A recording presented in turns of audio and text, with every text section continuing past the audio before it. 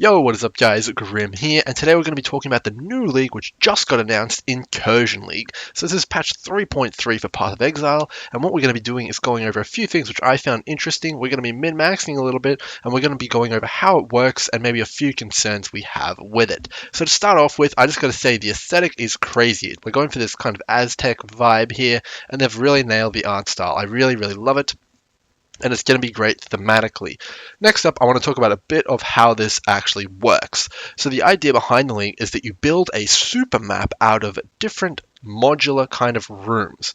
So the way these super maps work is you complete 11 zones or maps if you're in the end game, and then you get access to this right here, which is that super map I just mentioned. So as you can see here, it's made up of different rooms.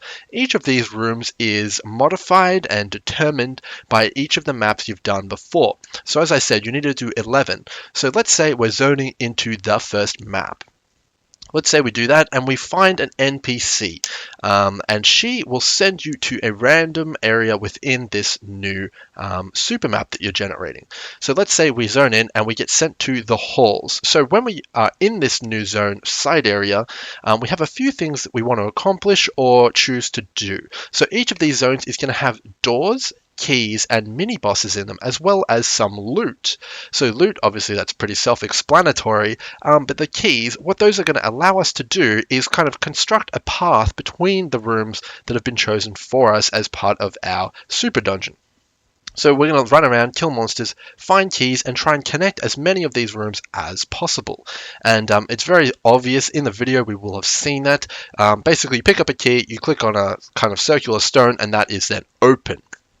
We'll get to why that's important in a second, but the second part of what you're trying to do in these small little incursions is find either one of two bosses. So each of these side areas or modular rooms that you're zoning into will have two bosses in them. One of these bosses will upgrade the room you've been put in, and the other one will re-roll it. So let's say we're in the halls again. As you can see here, there's number 1, number 2, and there's also the possibility of number 3. So each room can be upgraded a maximum of 3 times. So to do that, you would need to be put in the same room 3 times and kill the upgrading mini-boss 3 times. Let's say you didn't want to upgrade the room though. Let's say you got a really bad room which you really hate. Like let's say you got the trap workshop. So when you zone into the trap workshop, you're like, oh damn dude, I hate this room. I don't want this to be in my super dungeon at the end. So what you can do is you can choose not to upgrade it, but to kill the other boss, which will then re-roll it into a new one. And maybe you get the map room or something like that, which will drop much better loot. So as I said earlier, you're going to have 11 shots at manipulating the temple, and each zone that you zone into has this NPC in it and will give you that opportunity. So after you've gone through 11 of these mini rooms or dungeons, choosing to either kill the boss to upgrade it or kill another boss to re-roll it and connect all the rooms together, as you can see here with these lines, then you'll be able to go into this dungeon you've constructed and kind of raid it and get all the loot that you've wanted to get. So to kind of analyze this a bit further, what are our goals? So we want to find the best rooms possible and upgrade them as much as possible. We can do this by re-rolling the ones that we don't like by killing the boss that re-rolls them. And then if we get a room which we do like, we can upgrade as much as possible. While doing that though, we want to find as many keys as possible and kind of unlock as many routes as possible to the other rooms, because if you don't unlock those doors, you'll get stuck at the entrance and you won't be able to proceed to all these rooms that you've been upgrading. So the most important thing is to connect all of the rooms together, and that's going to involve you killing monsters and unlocking doors. Next up, you want to be able to re-roll the bad rooms and upgrade the good rooms. So that's going to be your next priority, and that's pretty much all you have to do in these side areas before you get to the end boss, which is going to be when you go into the temple. So after you've completed those 11, what it seems like is going to happen is the lady who's part of this expansion is going to open up 6 portals, similar to how Zana does, to this new zone, and you'll be able to go and sack the temple, which you've constructed here, which is really cool. So that's really amazing. The rewards from this temple look fantastic. You can get tons of currency. There's a really cool boss fight at the end, which houses a lot of rewards. You can get stuff like breach, splinters, divination cards, maps, upgraded gems. It's pretty much like the labyrinth, but not shit. I don't like the labyrinth personally, but this looks amazing. There's also a few other very unique rewards to that, which we'll get to in a second. So the mechanic looks solid. It looks really fantastic. There's a total of 75 different rooms in this expansion, according to Chris Wilson. So lots of cool, interesting things like the Trap Workshop. One specifically that stood out to me is the Tempest Generator, which spawns in Val corrupting tempests into your endgame map. So let's say you get into your temple at the end with all the rooms, you've connected it all up, and all of those rooms are going to have corrupting tempests in them. So that means you're going to get tons of corrupted six links and really cool other stuff, which is really, really amazing. I think it's really cool, and I'm looking forward to trying it out and trying to build the perfect temple, which is really, really fun. Looks like a great place to reintroduce old League mechanics. Maybe we'll see a bit of bestiary in there. Who knows? But this looks really, really fantastic.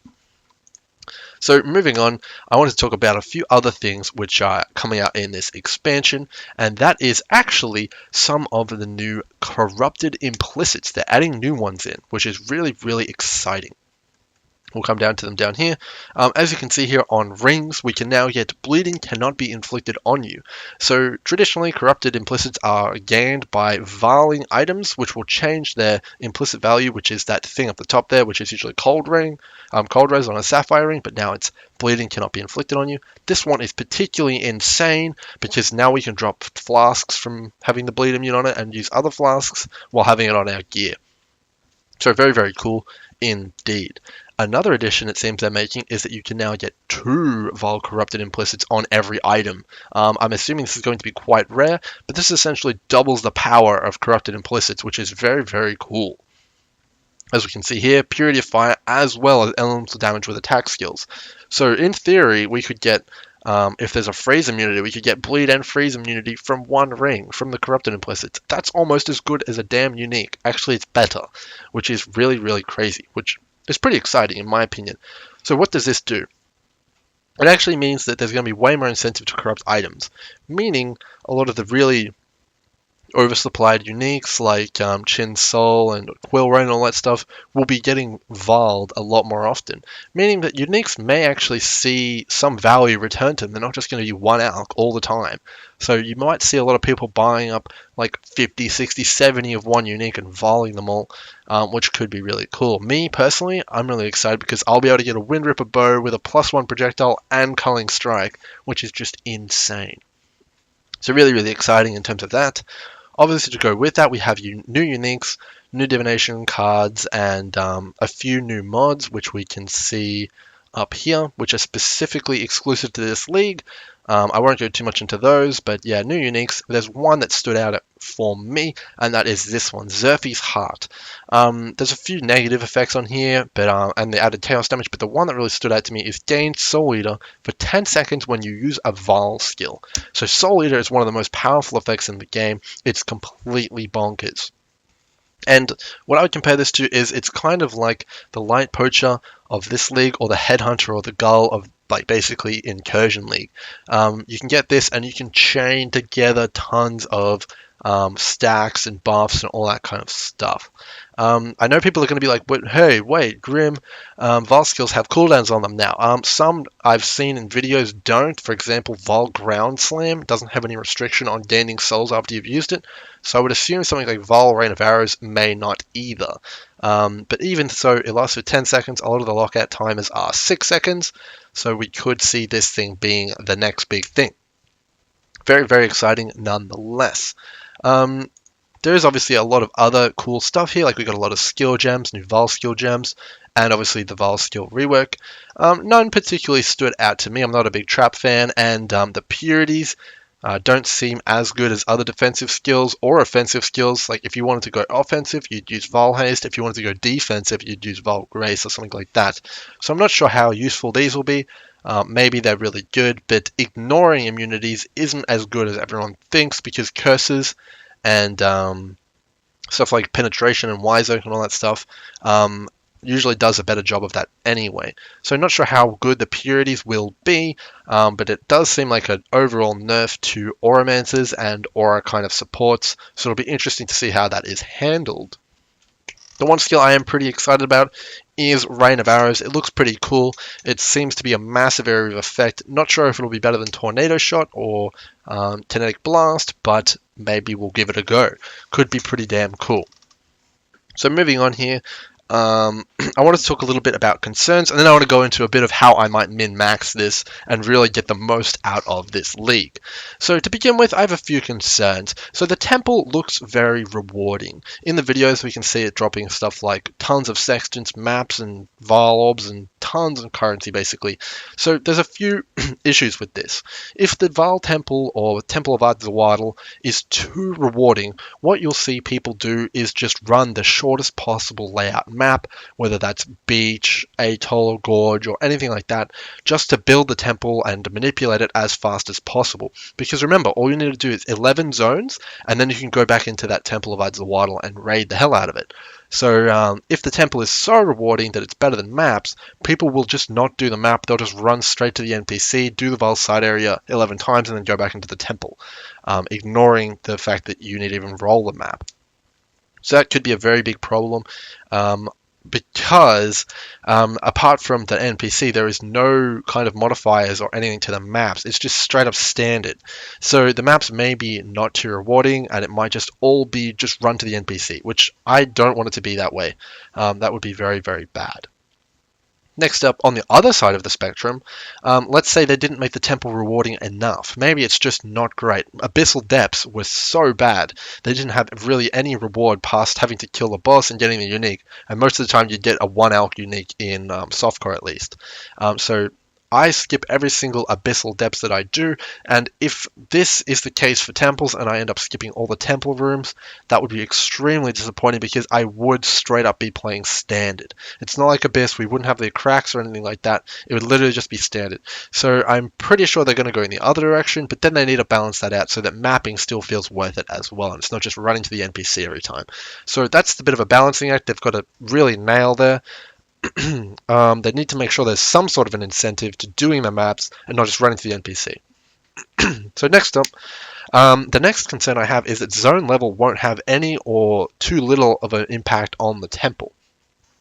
So as we know, the temple gives loot and all that kind of stuff, but currency isn't tied to a level of the zone. And that's a really big problem, because when you're trying to incentivize players to do more difficult content and all that good stuff, they're just not going to do it if they're not getting the rewards for it. So at the moment, in a lot of leagues, bestiary is not the case, but in stuff like Abyss and all that stuff, we didn't have any rewards for doing higher level content, and a lot of the Abyss uniques and all that kind of stuff could be gotten from like tier 1 maps.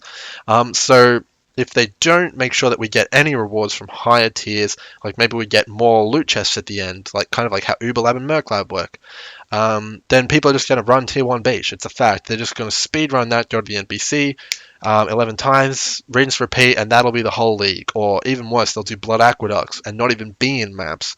And that would be a really, really big shame. So I want to see them add in some sort of incentive to do higher tier maps. Having said that, though, we can see here Office of Cartography.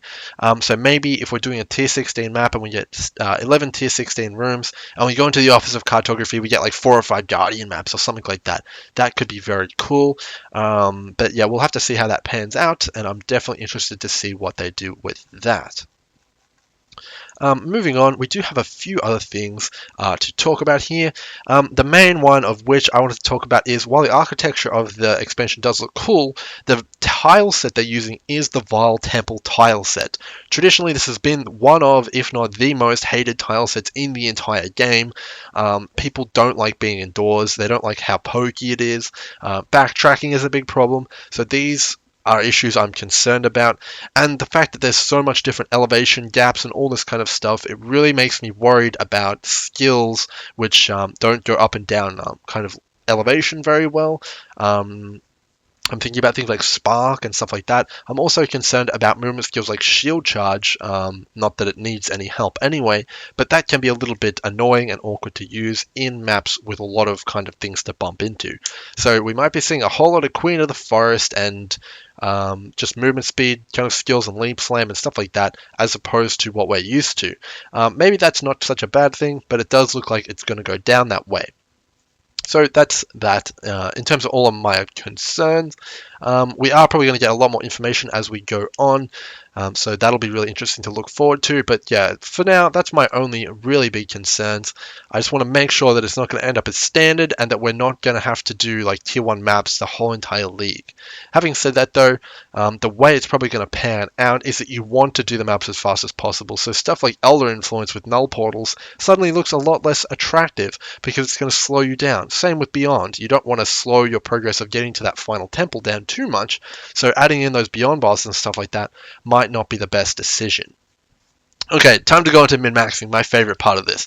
To begin with, I will be making a massive spreadsheet with all the rooms and kind of min-maxing the hell out of it. Which one are the best rooms? Which ones should you be prioritizing upgrading? Which ones should you re-roll? What do they drop? All these things will be answered by my spreadsheet. I'll be making that, and I'm probably going to add it to my website this time because I have a good feeling this one's going core for sure. As you can see there, that chest just dropped 5 Vile Orbs, so if that's anything to go off by, the loot's going to be pretty damn good in this place. So that's going to be what's coming up. In terms of min-maxing your experience though, I would suggest that you get a group, because the way it looks like this temple is structured is that there's going to be a mix of content within it. So as you can see here, we have the apex of Udzwaddle, which has a big boss in it, which I would compare to probably a Breach Lord, maybe an Elder Guardian, or even maybe a Shaper Guardian. So that's the kind of difficulty I would say we're looking at here. So what are you going to need? You're going to need a boss killer, or a character who can kill bosses. But at the same time, you want to run these temples as fast as possible. You want to bang out, like 1 an hour, 2 an hour, maybe even more, if you can. So what's that going to need? You're going to need a speed clear demon in there, a tornado shot, a kinetic blast, maybe an EK or something like that. So you're going to want someone like that in there. And then obviously to glue it all together, you would be silly not to take a Auramancer or some sort of a Cursor. So you're probably going to look at sort of a Holy Trinity kind of thing there. You want your boss killer, you want your speed clear, and you want your support. So you're probably going to want to go into these with a group. Obviously people can run them solo, but I do believe the most optimal way will be to run with a group, because as a speed clear character, you're going to have a lot of trouble killing that final boss and getting all of the loot and treasure at the end. But then at the same time, you're going to be running pretty slow as a boss killer. So I don't know, I think that's going to be what I'm doing. Running as a group is always more fun for me as well. And with things like the Tempest Generator, and they're giving you Corrupted Tempest, more quantity means more 6-links, which means more profit out of your temple runs.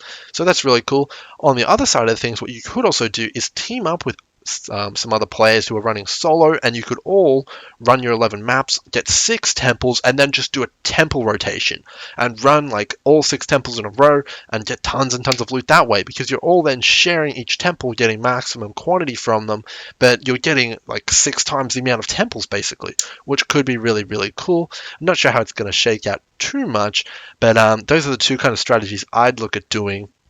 And to optimize those strategies, what I would do is I would run the fastest map possible. If there's incentives for running high tier maps, I'd run high tier maps which are fast. If there's no incentives, I'd run like tier 1 beach, which is just fast as hell. And I'd try and get the most out of the map, but most importantly, you're trying to run to that NPC as fast as possible. And make sure you're getting the kind of the rooms built, and then you're getting them optimized, and then obviously you're getting back into that temple and getting the most loot you possibly can. So that's going to be my kind of strategy. I wouldn't suggest doing too many of the temples while you're leveling. I think the best strategy will be to get to endgame maps, get going with it, and then try and build up your atlas and then get into those temples. Obviously stuff like Headhunter and like the Zerf examiner that we talked about is going to speed up your clearing efficiency a lot, so it's going to be a blast. I'm going to have a lot of fun. I think I'm going to be rolling with a group of something like 5 or 6 this time, so that's going to be pretty impressive. But yeah, it looks great. It looks like a very, very good direction they're moving in. As long as they can get the balance perfect, I think it's going to be fantastic. The addition of the Vile Implicit and some of these cool seemingly chase uniques looks fantastic, and the replayability looks like it's there. Having lots of different rooms, upgrading them, every temple is going to be different. With 75 different rooms, there's tons of different permutations of the temple, and I think it's going to be an absolute ball. So that's going to be my little video here. As more information comes out, I will kind of update my views and strategies and all that kind of stuff. But yeah, you guys can look forward to tons of content coming up from me. My next video is going to be about teams and how you can kind of make one, construct one, what you're looking for, and all that good stuff. And I'm also going to throw in a few builds and path of buildings for support as well, because I know you guys are looking for that. So that's going to be that. I'm really excited to get into it. Hopefully you guys are too, and I'll see you guys in the next video. Cheers. Thanks for the support. Like if you like this video, and I'll see you guys in the next one. Bye.